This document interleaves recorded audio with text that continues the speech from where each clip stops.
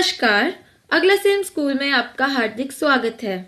आज हम पढ़ेंगे कक्षा 8वीं की किताब ध्रुवा भाग 3 की कहानी का पाठ 5 नाटक में नाटक। इसके लेखक का नाम है मंगल सक्सेना।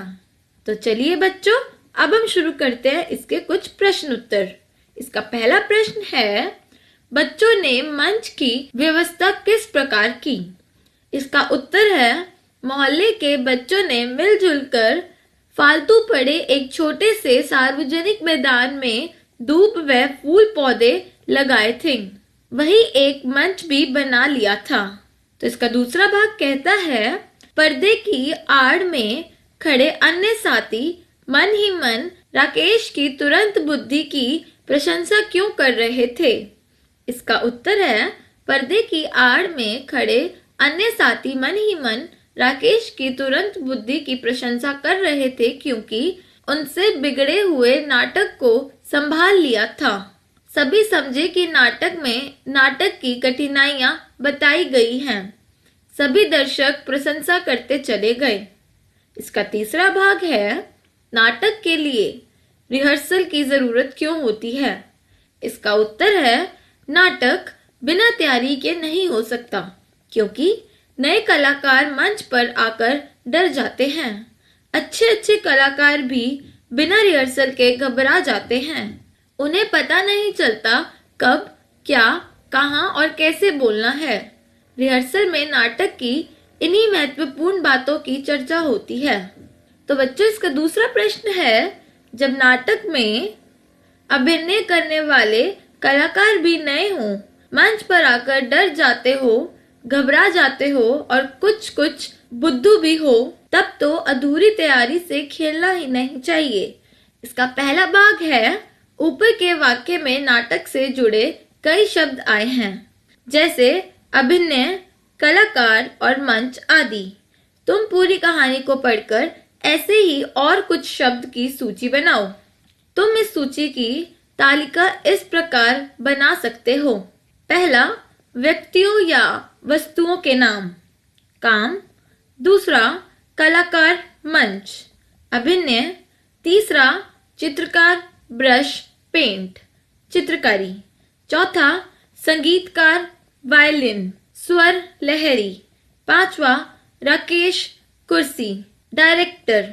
छठा, मोहल्ले वाले, दर्शक।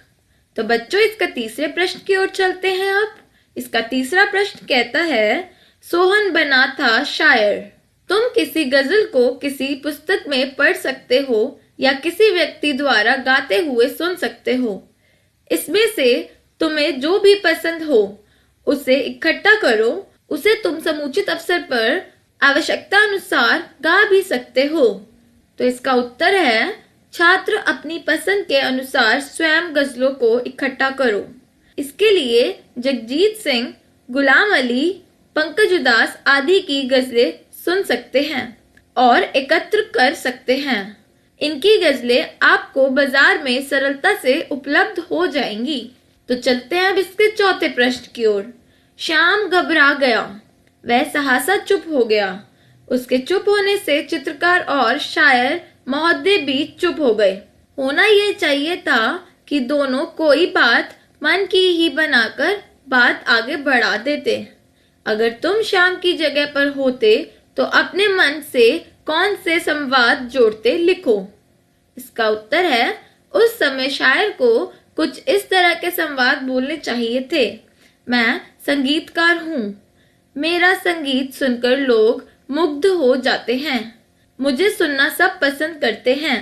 मैं जहाँ जाता हूँ भीड़ लग जाती है। तो इसका पांचवा प्रश्न कहता है, नीचे लिखे वाक्य पढ़कर प्रश्नों के उत्तर दो। राकेश को गुस्सा भी आ रहा था और रोना भी। पहला है, तुम्हारे विचार से राकेश को गुस्सा और रोना क्यों आ रहा होगा? राकेश मंच पर पहुंच गया, सब चुप हो गए, सकपका गए। इसका उत्तर है, हमारे विचार से राकेश को गुस्सा इसलिए आया क्योंकि वे लोग ठीक से अभिनय नहीं कर रहे थे, और रोना इसलिए आया क्योंकि उसकी मेहनत बेकार जा रही थी। उसकी इज्जत मिट्टी में मिल जाएगी, यह सोचकर उसे दुख हो रहा था। चलिए अब इस प्रश्न के दूसरे भाग की तरफ। तुम्हारे विचार से राकेश जब मंच पर पहुंचा, बाकी सब कलाकार क्यों चुप हो गए होंगे? दर्शक सब शांत थे, बहुत चक्के थे। इसका उत्तर है केश अभिनय नहीं कर रहा था, इसलिए अचानक उसे मंच पर देखकर सब चुप हो गए और सकपका गए। चलिए अब इसके तीसरे भाग की ओर। दर्शक बहुत चक्के क्यों हो गए थे? मैंने कहा था कि रिहर्सल में भी यह मानकर चलो कि दर्शक सामने ही बैठे हैं। इसका उत्तर है दर्शक समझ रहे थे कि नाटक बिगड़ गया है, इसलिए वे हंस रहे थे। लेकिन जब उन्हें पता चला कि नाटक बिगड़ा नहीं है, असल में राकेश ने आकर उसे संभाल लिया था, तो उन्हें लगा कि नाटक में ही नाटक है। वे सब शांत और बहुत चक्के थे। तो बच्चों, इसका चौथा भाग कहता है राकेश ने ऐसा क्यों कहा होगा? इसका उत्तर है राकेश ने अपने कलाकारों को समझाने के लिए ऐसा कहा था, परंतु इस तरह कहा कि ऐसा लगा मानो यह नाटक का ही हिस्सा हो। उसने ऐसा कहकर नाटक को संभाल लिया। इसका छठा प्रश्न कहता है कहानी में से सुनकर कुछ संवाद नीचे दिए गए हैं, उन संवादों को अभिनय के साथ बोलकर दिखाओ। तो बच्चों, यह स्वयं कर सकते हो। इसका सातवां प्रश्न कहता है जब संगीत की स्वर लहरी गूंजती हैं तो पशु पक्षी तक मुग्ध हो जाते हैं। शायर साहब, आप क्या समझते हैं संगीत को? इस संवाद को पढ़ो और बताओ कि कहानी में इसके बदले किसने क्यों और क्या बोला। तुम उसको लिखकर बताओ। इसका उत्तर है इसके बदले संगीतकार ने अपना संवाद भूलने और राकेश की बात ठीक से ना सुनने पर कहा कि जब संगीत की स्वर लहरी गूंजती हैं तो सब पशु पक्षी मुंह की खा जाते हैं। इसका दूसरा भाग है कहानी में शायर के बदले गाजर खाने से क्या हुआ। तुम भी अगर किसी शब्द के बदले किसी अन्य शब्द का प्रयोग कर दो तो क्या होगा? इसका उत्तर है यदि हम किसी गलत शब्द का इस्तेमाल करेंगे तो हमें भी उलटकर वही जवाब मिलेगा। इसका आठवां प्रश्न कहता है इस कहानी का शीर्षक नाटक में नाटक है। कहानी में जो नाटक है तुम उसका शीर्षक बताओ। इसका उत्तर है इस कहानी के नाटक का शीर्षक यह होना चाहिए रिहर्सल और नाटक की समस्या।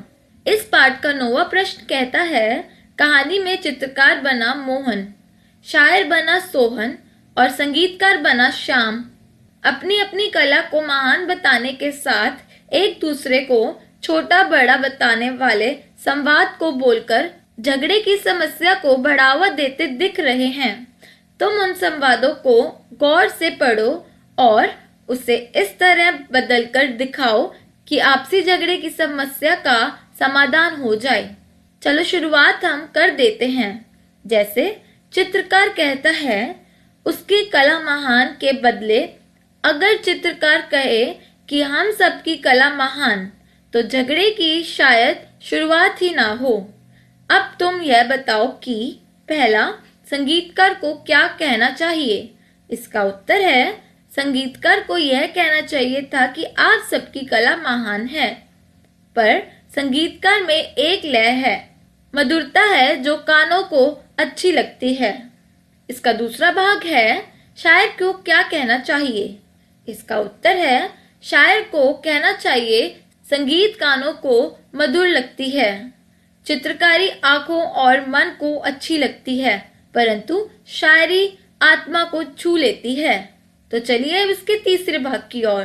तुम यह भी बताओ कि इन सभी कलाकारों को तुम्हारे अनुसार वह संवाद क्यों कहना चाहिए। इसका उत्तर है इससे सभी कलाकार, चाहे वह संगीतकार हो, चाहे चित्रकार हो, चाहे शायर हो, सभी एक दूसरे को तथा उनकी कला को महान समझेंगे और अपनी कलाकारी पर गौरवान्वित महसूस करेंगे।